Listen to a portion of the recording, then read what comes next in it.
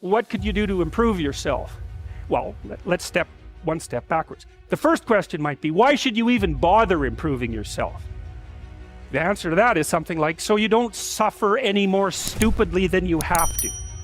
And maybe so others don't have to either. It's something like that. You know, like there's a real injunction at the bottom of it. It's not some casual self-help doctrine. It's that if you don't organize yourself properly, you'll pay for it, and in a big way, and so will the people around you. And you could say, well, I don't care about that, but that's actually not true. You actually do care about that, because if you're in pain, you will care about it. It's very rare that you can find someone who's in excruciating pain who would ever say, well, it would be no better if I was out of this. Well, so then the question might be, well, how would you go about getting your act together? And the answer to that is something like, look around for something that bothers you and see if you can fix it. You can do this in a room. It's quite fun to do it just when you're sitting in a room, like a room, maybe your bedroom. You can sit there and just sort of meditate on it and think, okay, if I wanted to spend 10 minutes making this room better, what would I have to do? And you have to ask yourself that, right? It's not a command, it's like a genuine question. And things will pop out in the room. There's a stack of papers over there that's kind of bugging you, and you know that maybe a little order there would be a good thing. And there's some rubbish behind your computer monitor that you haven't attended to for like 6 months. And if you allow yourself just to consider the expanse in which you exist at that moment, there'll be all sorts of things that'll pop out in it that you could just fix. You fix 100 things like that, your life will be a lot different. Now, I often tell people too, fix the things you repeat every day, because people tend to think of those as trivial, right? You get up, you brush your teeth, you have your breakfast, you have your routines that you go through every day. Well, those probably constitute 50% of your life. And people think, well, they're mundane, I don't need to pay attention to them. It's like, no, that's exactly wrong.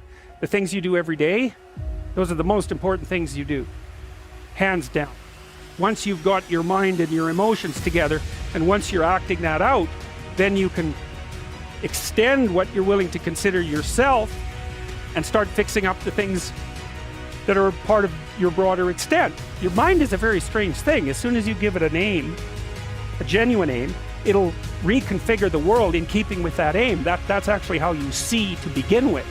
And so if you set it a task, you have to be genuine about it, which is why you have to bring your thoughts and emotions together, and then you have to get them in your body so you're acting consistently. You have to be genuine about the aim, but once you aim, the world will reconfigure itself around that aim, which is very strange. You see what you aim at. One inference you might draw from that is, be careful what you aim at. What you aim at determines the way the world manifests itself to you. And so if the world is manifesting itself in a very negative way, one thing to ask is, are you aiming at the right thing? Now, I'm not trying to reduce everybody's problems to an improper aim. There's a random element to being, that's for sure. But it's still a great thing to ask. Ask and it shall be given you. Seek and ye shall find. Knock and it shall be opened unto you. For everyone that asketh receiveth, and he that seeketh findeth, and to him that knocketh it shall be opened. People's lives aren't what they would like them to be. And so then you ask, why? Well, forget about tragedy and catastrophe, because that's self-evident, and we're not going to discuss that.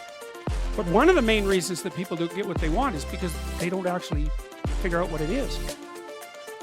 And the probability that you're going to get what would be good for you, let's say, which would even be better than what you want, right? Because you might be wrong about what you want easily. But maybe you could get what would really be good for you. Well, why don't you? Well, because you don't try. You don't think, okay, here's what I would like if I could have it. And I don't mean in a way that you manipulate the world to force it to deliver you goods for status or something like that. That isn't what I mean. I mean something like, imagine that you were taking care of yourself like you were someone you actually cared for. And then you thought, okay, I'm caring for this person. I would like things to go as well for them as possible. What would their life have to be like in order for that to be the case? Well, people don't do that. They don't sit down and think, all right, let's figure it out. You've got a life. It's hard, obviously. It's like 3 years from now, you can have what you need. You got to be careful about it. You can't have everything. You can have what would be good for you, but you have to figure out what it is, and then you have to aim at it. Well, my experience with people has been if they figure out what it is that would be good for them, and then they aim at it, then they get it. And it's strange because it's a strange thing. It's not quite that simple because, you know, you may formulate an idea about what would be good for you, and then you take 10 steps towards that, and you find out that your formulation was a bit off, and so you have to reformulate your goal. But a huge part of the reason that people fail is because they don't ever set up the criteria for success. And so, since success is a very narrow line and very unlikely, the probability that you're going to stumble on it randomly is 0. And so there's a proposition here, and the proposition is, if you actually want something, you can have it. Now the question then would be, well, what do you mean by actually want? And the answer is that you reorient your life in every possible way to make the probability that that will occur as certain as possible. You could try this. Sit on your bed one day and ask yourself, what remarkably stupid things am I doing on a regular basis to absolutely screw up my life? And if you actually ask that question, but you have to want to know the answer, right? Because that's actually what asking the question means. It doesn't mean just mouthing the words. It means you have to decide that you want to know. You'll figure that's out so fast it'll make your hair curl. Socrates said that the thing that made him different than everyone else in Greece was that he consulted his daemon, his genius. He asked himself how it was that he should conduct himself in the world, and then he did that, whatever it was. He didn't try to force a solution, you know, he didn't try to force a solution selfishly. He asked, I'm going to manifest myself in the best possible manner in the world. I would like to do that. What would that be? What would happen if you consulted yourself about the best possible outcome for you?